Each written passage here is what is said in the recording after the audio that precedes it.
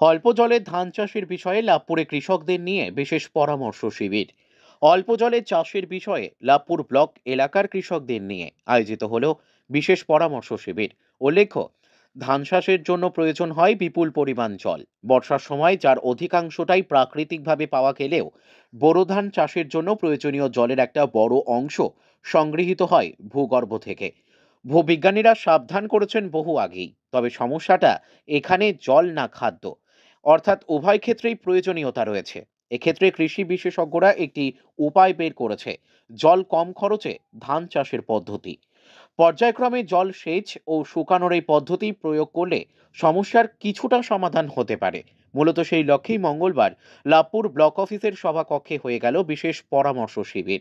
এই শিবিরটি আয়োজন করে একটি বেসরকারি স্বেচ্ছাসেবী সংস্থা। এদিন ওই শিবিরে ১৫০ শতাধিক কৃষকদের পরামর্শ দেন কৃষি ও মাটি বিশেষজ্ঞরা। আয়োজক সংগঠনের কৃষি ডক্টর বিজ্ঞানী সাগ্নিক দাস ও মৃত্তিকা বিজ্ঞানী ডক্টর নির্মাল্য চট্টোপাধ্যায়রা বলেন, অল্প জলে ধান চাষের পদ্ধতিটি বিগত ১.৫ বছর আগেই পরীক্ষামূলকভাবে লাভপুর ব্লকে শুরু করা হয়েছে। তার প্রসার ঘটাতেই এই আয়োজন। শিবিরে উপস্থিত ছিলেন লাভপুরের বিধায়ক অভিজিৎ সিংহ, রথীন্দ্র কৃষি বিজ্ঞান কেন্দ্রের বরিষ্ঠ বিজ্ঞানী এবং প্রধান ডক্টর সুব্রত মণ্ডল, ময়ূরাক্ষী সেচ বিভাগের উপকৃষি অধিকর্তা শিবনাথ ঘোষ, লাভপুর ব্লকের সহ কৃষি অধিকর্তা কাজল কুমার সাহা প্রমুখ। উপস্থিত সকলেই জলে ধান চাষের জন্য অল্টারনেট ওয়েটিং ড্রাইং পদ্ধতির প্রয়োজনীয়তা সম্পর্কে আলোচনা করেন। বিধায়ক অভিজিৎ সিংহর উদ্যোগটির প্রশংসা করে বলেন, পদ্ধতিটি সামগ্রিকভাবে চালু হলে সমাজ ও পরিবেশের উপকার হবে। হ্যাঁ, আমাদের এইখানে আজকে অনেক কৃষক ভাইরা এসেছেন। এই মূলত এটা ধান চাষে জল সাশ্রয় এবং নূতন কিছু পদ্ধতিমূলক মানে হেরফের করে জলের সাশ্রয়টা কী করে করা যায় সেইটা নিয়ে আমাদের এই প্রকল্পটা, সেইটার আজকে এখানে আমরা প্রকল্পর একটা শুরু করার জন্য একটা বড় প্রোগ্রাম শুরু করেছি। তো এই প্রকল্পটা মূলত হচ্ছে ধান চাষে যেখানে প্রচুর জল লাগে সেই জলের ব্যবহারটাকে কমানো। এই কমাতে পারলে আজকে আমাদের ভূগর্ভস্থ জল দিয়ে চাষ হয়। বড় ধান তো পুরোটাই ভূগর্ভস্থ জল দিয়ে হয়। আমন ধানও মাঝে মাঝে মাটি থেকে জল তুলে দেওয়া হয়। তো সেই মাটি থেকে জল তুলে আজকে জলের স্তরের যে অবস্থা হয়েছে, এত নেমে গেছে, সেইটা যাতে আমরা কিঞ্চিত কমাতে পারি এবং ধান চাষটা আরও একটু ফলনটা ভালো হয়, সেই জন্য এই প্রকল্পতে কিছু আমরা নতুন প্রযুক্তিগত জিনিস ঢুকিয়ে আমরা এটাকে করেছি, প্রকল্পটা তৈরি করা হয়েছে। সেই জন্য আজকে কৃষকদের কাছে আমরা এটা এসেছি। কৃষকরা যারা কেউ আমাদের সঙ্গে অলরেডি এটা করেছেন তাদের অভিজ্ঞতাটা তারা বলবেন। বৈজ্ঞানিক প্রযুক্তির ব্যাপারটা সেটাও আমরা সবাই বলবো।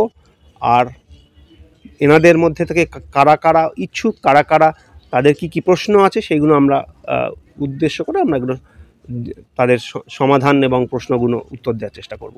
এই নিয়েই আমাদের এই আজকের প্রোগ্রামটা। আমার নাম ডক্টর নির্মাল্য চ্যাটার্জি। আমি একজন মাটির বৈজ্ঞানিক বলতে পারেন, সয়েল সায়েন্টিস্ট।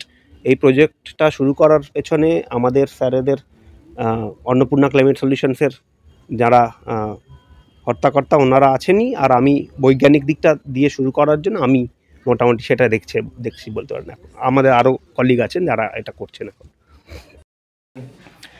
আমরা আমাদের সংঘ organisation Annapurna climate club solution এর পক্ষ থেকে এই লাভপুর জেলায় আমরা AWD বা অল্টারনেট ওয়েটিং ড্রাইং এই প্রকল্পটি গত 1.5 বছর ধরে শুরু করেছি পরীক্ষামূলক স্তরে। এখন সেই প্রকল্পটি বিস্তৃত স্কেলে আমরা এই ব্লকে করতে চলেছি। তো এই অল্টারনেট ওয়েটিং ড্রাইংটি হলো আমাদের জমিতে যে আমরা প্রথাগতভাবে যে চাষটা করে এসেছি, অর্থাৎ যে সবসময় জল ধরে রাখা, সেটি না করে আমরা পর্যায়ক্রমে ভেজানো এবং শুকনোর মাধ্যমে আমরা এই জমিটিকে কিন্তু আমরা এই পদ্ধতি ব্যবহার করে ক্ষতিকারক মিথেন গ্যাস নির্গমন কমানো এবং কিন্তু যে আমাদের যে বিভিন্ন যে জলের খরচা সেটাও কিন্তু কমানোর জন্য এবং চাষিদের সার্বিক উন্নয়নের জন্য কিন্তু এই প্রকল্পটি করা হচ্ছে। আর চাষিদের সম্বর্ধনা দেওয়া হচ্ছে আমাদের সংঘ অর্গানাইজেশনের পক্ষ থেকে, কারণ হচ্ছে এই চাষিরা কিন্তু আমাদের পায়োনিয়ার চাষি, বা এরাই প্রথম কিন্তু তারাই কিন্তু মূলত আমাদের এই প্রকল্পটি বাস্তবায়িত করবেন বা অনেকেই এর মধ্যে করেছেন। তো সেই তাদের জন্য আমাদের এখানে তাদের সম্বর্ধনা জ্ঞাপন করা হলো। কতজন কৃষকদেরকে নিয়ে এই প্রোগ্রাম আয়োজন? প্রায় 150 জন কৃষক বা কৃষক বন্ধু এখানে উপস্থিত রয়েছেন। তাদের সবাইকে কি সম্বর্ধনা দেওয়া হবে? হ্যাঁ, যারা কৃষক বন্ধু রয়েছেন সবাইকে আমরা সম্বর্ধনা দিচ্ছি। এই যে এখান থেকে কিভাবে কি উপকৃত হবেন কৃষকরা? এই প্রকল্প করার মাধ্যমে তাদের জলের খরচা, মানে মেনলি তাদের যে সেচের খরচা সেটা কমবে, আগাছা নিয়ন্ত্রিত হবে এবং তাদের ফলন কিন্তু 12 থেকে 15% বৃদ্ধি পাবে। আগামী দিনে কি নতুন কোনো প্রযুক্তি ব্যবহার করা হবে এখান থেকে? এটি একটি নতুন প্রযুক্তি, শুধুমাত্র চাষিদের যে প্রথাগত চাষের ব্যবস্থা তাকে কোনো রকম ডিস্টার্ব না করে একটি মাত্র আমাদের নতুন এই যে পর্যায়ক্রমে ভেজানো শুকনো এই নতুন প্রযুক্তির মাধ্যমে কিন্তু আমরা চাষিদের উৎপাদন বৃদ্ধি করতে পারি, উপরন্তু পরিবেশকে বাঁচানোর জন্য ক্ষতিকারক মিথেন গ্যাসের নির্গমন কিন্তু কমাতে পারি। আপনার নামও বলছি। আমার নাম ডক্টর শাগনিক দাস, আমি chief scientist agriculture, Annapurna climate solution private limited. ফাউন্ডেশনের কৃষিদেরকে নিয়ে এই একটা সচেতনতামূলক শিবিরের আয়োজন, কি বলবেন? দেখুন, টুমরোজ ফাউন্ডেশন একটি জাতীয় স্তরের একটি সংস্থা, স্বেচ্ছাসেবী সংস্থা, যারা বিভিন্ন সময়ে ফান্ড নিয়ে আসেন, যেগুলো আপনারা জানেন যে বিভিন্ন কোম্পানি তাদের প্রফিটের অংশ থেকে CSR ফান্ড বলে, কমিউনিটি ডেভেলপমেন্টের তারা কাজ করে। তো সেইটা নিয়ে এসে তারা সারা পশ্চিমবাংলায় বিভিন্ন গঠনমূলক কাজের সঙ্গে তারা যুক্ত। বীরভূমেও তারা অনেক কাজ করছেন, শিক্ষা, স্বাস্থ্য, কৃষি, ট্যুরিজমের ওপর। তো আমার এখানে তারা অনেকগুলো অ্যাক্টিভিটির মধ্যে তারা এখানে কৃষকদেরকে অল্প জলে যে ধান চাষের প্রক্রিয়া সেইটা নিয়ে তারা ট্রেনিং দিয়েছে, কৃষকদেরকে তারা বুঝিয়েছেন এবং তার ইমপ্লিমেন্টেশন করেছেন, এবং অনেক কৃষকরা তার সেটাতে যুক্ত হয়ে তারা আজকে উপকৃত। তো সেই যারা উপকৃত হয়েছেন তারা আজকে এখানে সম্বর্ধিত হবেন। তারা তাদের অন্য কৃষকদেরকে তাদের যে এক্সপিরিয়েন্স সেটা তারা শেয়ার করবেন, এবং আমি টুমরোজ ফাউন্ডেশনের শ্রী স্বরূপ ঘোষ এবং তার টিমকে অনেক শুভেচ্ছা জানাই। এবং সবথেকে বড় কথা যে এর মধ্যে আমাদের সেইভাবে কোনো গভর্নমেন্টের ফান্ড খরচ করতে হচ্ছে না, যেটাই তারা নিয়ে আসছেন তারা সেটা বিভিন্ন CSR অ্যাক্টিভিটি থেকে করছেন। তো এটা আমাদের জন্য ভালো। গভর্নমেন্টে তো কাজ হচ্ছেই, আমাদের তো 94টা প্রকল্প মাননীয় মুখ্যমন্ত্রী তার কাজ করছেন, আমাদের পঞ্চায়েত সমিতি, জেলা পরিষদ তারাও কাজ করছে, কিন্তু তার সঙ্গে সঙ্গে যে অ্যাডেড ফান্ড যেটা তারা নিয়ে আসছেন এটা আমাদের জন্য অনেকটা উপকার হচ্ছে। তারা বিভিন্ন কাজ করছে, আগামী দিনেও আমাদের বীরভূম জেলা তথা লাভপুরের উন্নয়নে নিশ্চয়ই তারা সঙ্গে থাকবেন। তাদেরকে অভিনন্দন জানাই, এবং আমরা চাই আপনাদের সংবাদ মাধ্যমও এটা নিয়ে প্রচার করুন, যাতে আরও কৃষকরা এই অল্প জলে চাষের সঙ্গে যুক্ত হতে পারে। আগামী দিনে কি এই কৃষিকাজের নতুন কোনো প্রযুক্তি আসতে পারে এখান থেকে?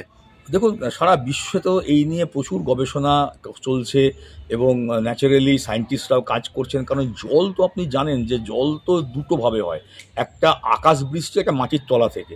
তো জল খুব প্রেশিয়াস, মানে আবার চাষে জল ছাড়া হবে না। আমাদের যে ধরনের চাষ, দ্যাট ইজ ধান, তার সঙ্গে শাকসবজি, তার সঙ্গে ধরুন বিভিন্ন রকমের আখ, তো এই সবেই কিন্তু জলের একটা বড় কম্পোনেন্ট লাগে।